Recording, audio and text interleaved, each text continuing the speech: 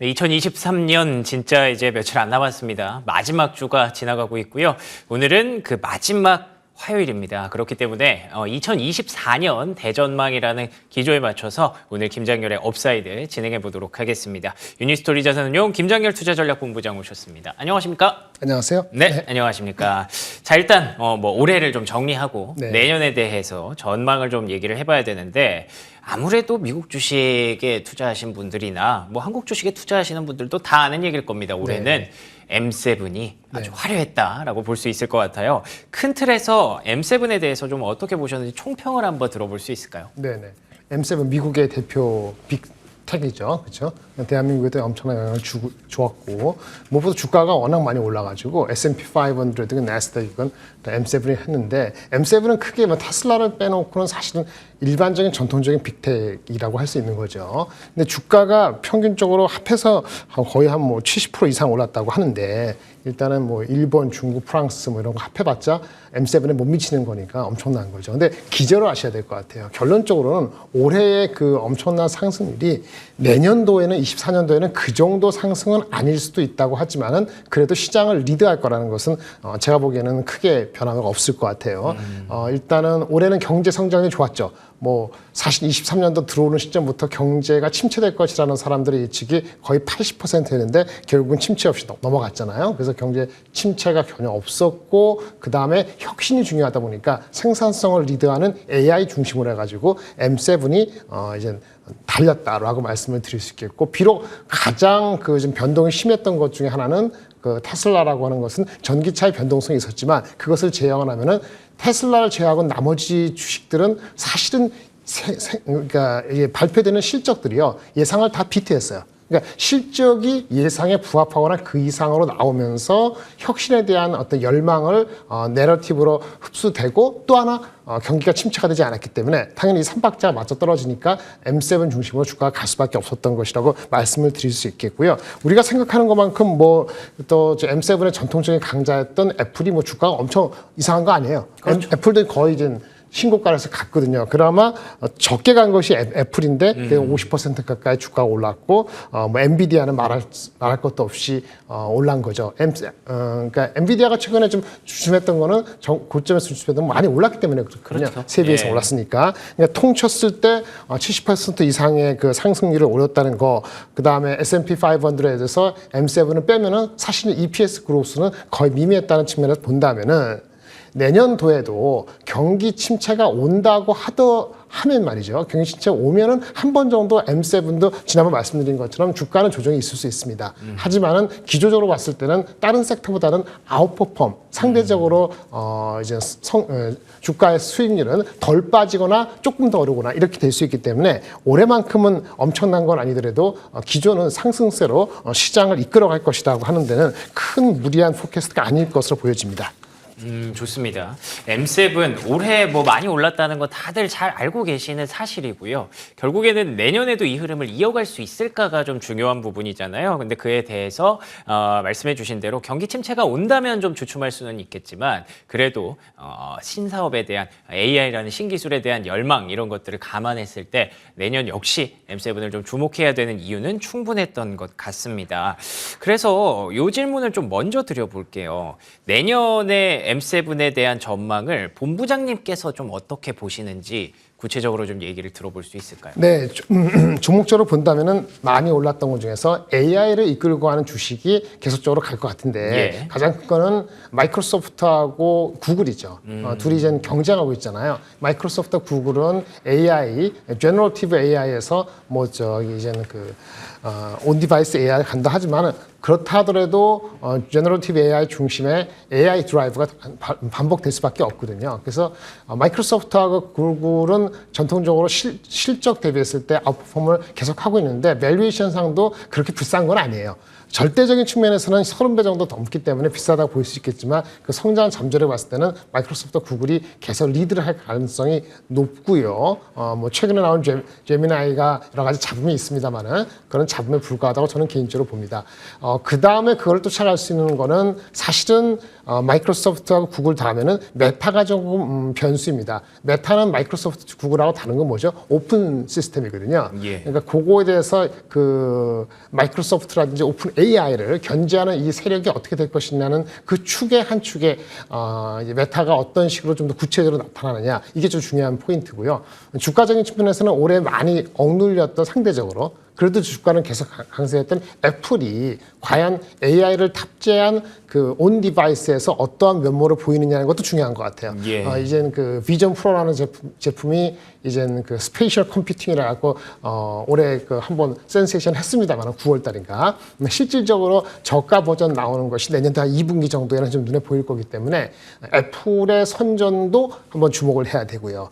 그 다음에 온 디바이스 AI로 갈 때의 가장 큰 거는 사실은 이 전통적인 매그니피선 7 말고도 하나의 그 후보가 있는데 인텔이죠. 인텔을 좀 보셔야 되는데 아까 마이크로소프트라든지 그 엔비디아에서는 AMD가 또 경쟁을 합니다만 온 엣지 디바이스, 그러니까 온 디바이스 AI로 갈 때는 전통적인 강자인 인텔하고 퀄컴이 중요한데 퀄컴보다도 실질적으로 시장에서 파급력은 PC에서 온 디바이스가 중요하기 때문에 얼마 전에 발표된 이젠 그 인텔의 코어 울트라 이름이 바뀌었어요. 미티오 예. 레이크가 코어 울트라 바뀌었는데 그렇군요. 요거에 대한 성능에 대한 그것이 계속 팔로우를 할 필요가 있다고 보여주고요. 인텔은 코어 울트라로서 온 디바이스 AI에서 시장을 어떻게 발전시키냐는 측면에서 관심을 가져야 되고 우리 한국의 입장에서는 인텔이 또 하나는 이제 미세 공정에서 앞서 나가기 위해서 하이 NA라고 하는 대구경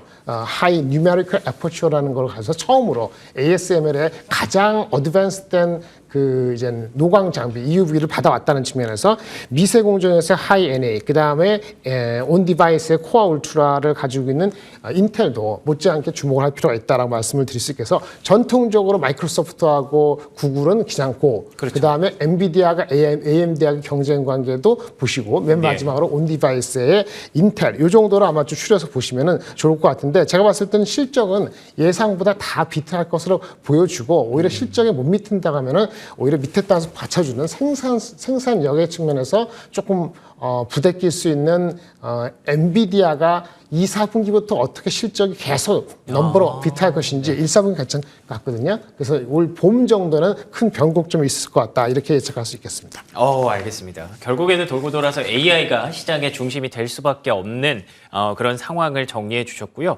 당연히 마이크로소프트와 구글이 이 패러다임을 끌고 가겠죠. 그 안에서 엔비디아와 AMD의 역할과 역량은 점점 더 확대가 될 거고요.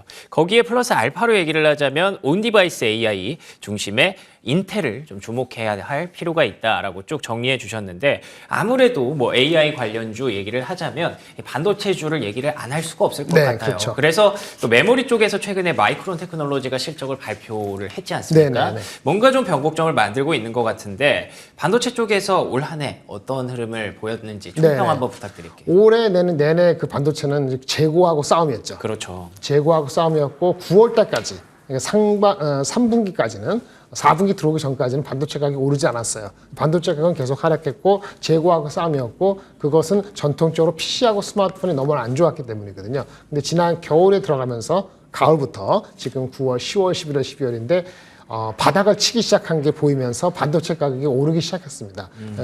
현물 가격부터 PC하고 스마트폰이 나아지기 시작했거든요. 이런 기조가 내년 언제까지 얼마나 상승할 것이냐. 이제 방향은 잡혔는데 속도하고 폭이 문제인 것 같아요. 그래서 올해의 바닥을 이제 다지고 넘어갔다는 턴어라운드 했다는 측면에서 막판에 지금 며칠 안 남았습니다만 지난주부터 이제 미국의 마이크론이 많이 달리고 있고 예. 상대적으로 삼성이나 하이닉스는 그만큼 상승하지 못한 게 다소 아쉽긴 합니다만은 아마 새해부터는 좀 픽업을 할 것으로 보이기 때문에 올해의 기조를 내년에 이어지는 건 반도체 가격이 이젠 그 재고 소진과 함께 어떻게 이어지나는 건데 주가적으로는 PC나지 휴대폰은 다 반영이 돼 있는 것 같고요. 거의 85%. 데이터 센터가 가장 미진한데 데이터 센터 쪽에서의 수급에 좋아지는 측면은 아마도 빠르면 내년도 이제 겨울 지나기 전에 늦으면 봄 정도에 기대되기 때문에 내년 상반기까지는 전통적인 반도체 시장의 수급이 올라가는 개선되는 폭에 주목하실 것 같고요. 물론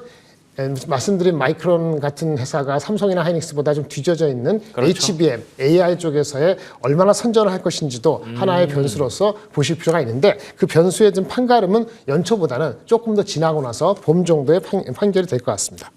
결국에는 메모리 반도체 최소한 바닥은 찍고 올라오고 있는 것 같습니다. 최악의 순간들은 다 지나간 것 같고요. 그렇기 때문에 가격이 계속 상승하면서 좋은 시기를 좀 맞이할 것으로 예상은 되는데 거기서 또 얘기를 하자면 HBM이 과연 얼마나 또 역할을 할 수 있을지, 얼마나 매출 비중을 차지할 수 있을지 이 부분은 개별 종목들의 수익률을 좀 가르는 관건이 될 것 같습니다. 그래서 내년 중요한 키워드가 있다고 들었는데 그 네. 키워드가 혹시 HBM인가요? 키워드가 이제 마이크론을 가지고 빗대 얘기하면요. 예. 얼마만큼 아직 HBM에 대한 수요가 남아있느냐 봤을 때 마이크론이 3위잖아요. 아직 예. 제품들 퀄이 다 끝난 게 아닌데 네. 첫 번째 키워드는 선수금입니다. 선수금. 미리 돈을 받은 선수금. 거예요. 엔비디아가 줬다는 식으로 얘기되는 것 같은데 제품을 만들 때 투자가 많이 들어가잖아요. 그렇죠. HBM 같은 경우는 만들어 놓고 안 사가면 꽝이기 때문에 아주 범용 제품이 아닌 관계로 고객하고의 관계라든지 이게 확실히 해야 되는데 그런 측면에서 마이크론이 일부 선수금을 받았다는 그 실적 컨퍼런스에서의 얘기가 전체적인 HBM 시장의 수급에 대한 전망을 밝게 하는 게 첫 번째 거고요. 예. 두 번째는 삼성전자가 먼저 나중에 올린다면은 가동률을 올릴 겁니다. 진짜 수요가 좋아지면은. 근데 2등, 3등, 특히 3등이 마이크론이 실적 발표하면서 출하량은 아직은 반도체 전반적인 수요가 엄청 좋은 게 아니기 때문에 생산량을 올리는 거는 제한시킨다는 그 코멘트. 그러니까 공급을 확 늘리지 않는다는 코멘트가 중요한 거고요. 아마 이런 측면에서 수급이 좋아져서 반도체 업체들이 다시 한번 욕심을 내서 공급을 늘리는 거는 아마 삼성한테서 아마 그 신호가 올 것 같고 그거는 아마 2분기 지날 때쯤이기 때문에 여름 되기 직전까지는 그다지 큰 걱정을 하지 않아야 된다. 두 번째는 생산의 출하 증가는 제약되고 있다. 이렇게 말씀을 드릴 수 있겠습니다. 좋습니다. 선수금과 출하 제약, 그러니까 선수금을 받았다는 얘기들이 계속 나오고 있는데 이 부분에 대해서 어느 정도인지 진이어부도 여러 가지 판가름을 좀 해야 될 것 같고요. 그리고 출하 제약, 이게 계속 감산을 해왔었기 때문에 이걸 폭발적으로 다시 증산하는 계기가 언제쯤 나타날지 그 부분도 굉장히 주가의 중요한 변곡점이 될 것으로 예상이 됩니다. 이런 얘기들과 연결해서 아무래도 반도체 하면 대한민국과 그리고 대만을 또 얘기를 하지 않을 수가 없는데 당장 다음 달에 대만 총통 선거가 있어서 이 부분이 굉장히 중요하다고 들었어요. 그러게요. 저기 내년도에 24년도에 그 선거가 예. 온갖 주공가 다 합하면 한 50개 선거가 있다는데 많더라고요, 진짜. 네. 연초부터 관심이 갈 수밖에 없는 거는 이제 대만이죠. 대만의 총통 선거가 있는데 1월 13일 날 일요일 날 있는 걸로 알고 있고요. 근데 지금의 여당 민진당이라고 민진당이죠. 하는데 네. 지금의 여당은 친미 세력입니다. 친미고 야당이 이 친중인데 결론적으로는 주가적인 측면에서는 대만의 주가이건 간에 한국의 반대적으로 이렇게 인플리케이션을 본다면은 그냥 야당이 돼서 친중이 되는 것이 오히려 주가적인 측면에서 더 낫다고 할 수 있습니다. 친중은 당연히 친중이 되면은 단기적인 갈등, 중국과의 갈등이 약간 수면 아래로 내려갈 수 있다는 정치적인 그 함의가 첫 번째 있고요. 그 다음에 친중이 얘기하는 것이 여기도 좀 젊은 세대들의 생활적인 측면이 더 중요하기 때문에 야, 우리 반도체만 너무 밀지 마. 반도체만 중요한 게 아니고 여러 가지 골고루 산업을 해야 돼. 이런 파이거든요. 그러다 보면은 중국 TSMC의 어떤 코어 핵심적인 거를 엄청나게 이렇게 고도화하고 이런 것이 아주 첫 번째 프라이어리티는 아닐 가능성이 높습니다. 그런 측면에서 친중이 미국과 중국과의 갈등을 좀 해서 정치적 인플레가 낮아지고 그 다음에 TSMC에 대한 어떤 집중도 조금은 루스해질 수 있다는 약간의 희망 섞인 걸 본다면은 친중이 되는 것이 지금 야당이 되는 것이 한국한테도 좋다라고 볼 수 있는데 그렇군요. 지금 친중과 친미 그 야당과 여당의 격차가 조사에 하면 한 3%포인트 차밖에 안 나기 때문에 한번 계속 주시를 해야 될 것 같습니다. 좋습니다. 대만 기준에서 이제 친미 정당과 친중 정당이 지금 맞붙고 있는 상황을 봤을 때 우리나라의 어떤 주식 시장이나 이런 관점에서는 현재 시점에서 친중 정당인 민중당의 허유이 후보가 당선되는 것이 조금 더 유리할 수 있다. 다만 현재 지지율은 좀 지고 있습니다. 그리고 격차가 굉장히 미미한데 이 부분이 과연 더 벌어질지 아니면 좁혀질지 다음 달에 굉장히 중요한 관전 포인트가 될 수 있을 것 같고요. 말씀해 주신 대로 뭐 내년에 국내에서 총선도 있고 미국의 대선도 있고 이 외에 굉장히 다양한 정치 이벤트가 있는 걸로 알고 있어요. 네. 또 인도 쪽도 뭐가 있다고. 일단 뭐 들었습니다. 가장 큰 거는 중국이고 예. 한국이 4월 달 총선이 있으니까 그런 총선에 우리가 좀 헷갈리는 건 뭐냐면은 너무 격차가 좁아서 막 경쟁이 심하면은 정책의 어떤 일관성이라든지 그쵸. 불확실성이 커지는 그럴 수 거거든요. 있죠. 예. 그런 측면에서 상대적으로 좀 예측이 가능한 곳이 인도라고 일컬어집니다. 현재 집권당인 그 모디 총리가 있는 그쪽이 압승은 아니더라도 승리할 것으로 대체해서 얘기되기 때문에 그리고 인도가 이제 외국인 개인 투자가들한테 허용되는 어떤 그 룰 같은 것도 좀 더 확대된다는 측면을 기대할 수 있기 때문에 내년도 올해도 좋았습니다만 성장과 함께 내년도에도 전체적으로 그 아시아 지역에 그 성장하는 지역에 대한 엘로케이션 해줄 때 한국이 중국이 조금 미국과 갈등 속에서 한국이 세받을 수 있는 측면이 사실 우리는 더 있습니다. 연초부터. 네, 하지만 내년 내내 본다면은 중국도 거기 못지않게 어떻게 보면 빨대를 꼽아서 우리의 몫을 가져갈 염려도 있기 때문에 그것도 한편의 변수로서 보실 필요가 있다고 말씀드리겠습니다. 알겠습니다. 정치적 이벤트가 많다는 건 그만큼 시장이 불확실해질 가능성이 높다는 것이거든요. 우리가 예측할 수 없는 이벤트이기 때문에 더욱더 그런데 인도 같은 경우에는 지금 열심히 성장을 하고 있는 국가이기 때문에 크게 불확실성이 나타날 것 같지 않습니다. 그렇기 때문에 더 이런 부분들을 감안했을 때 인도에 대해서 투자 매력도가 조금 더 상승할 수 있다라는 점을 얘기해 주셨고요.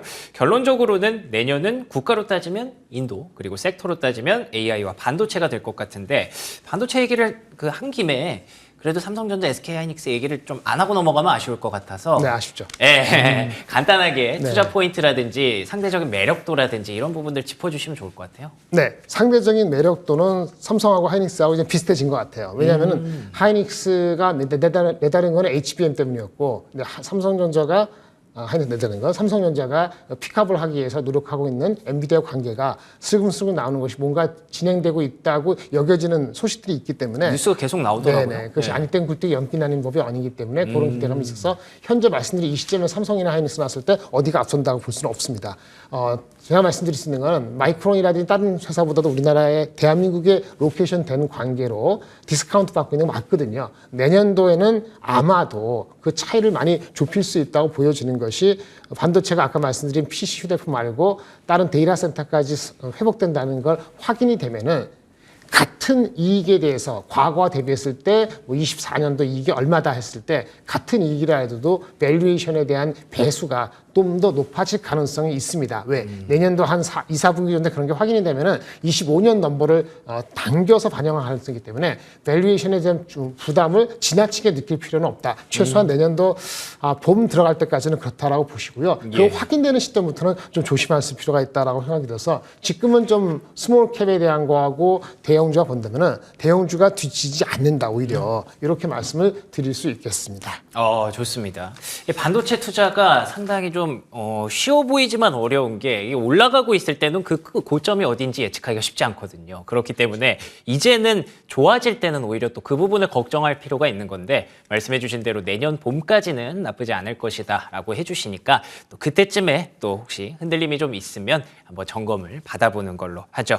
자, 오늘 이렇게 2024년 전략 국가별 전략도 살펴봤고요. 업종별 투자 전략까지 쭉 한번 정리를 해봤습니다. 지금까지 유니스토리 자산운용 김장렬 투자전략본부장과 얘기 나눠봤습니다. 오늘도 좋은 말씀 고맙습니다. 감사합니다.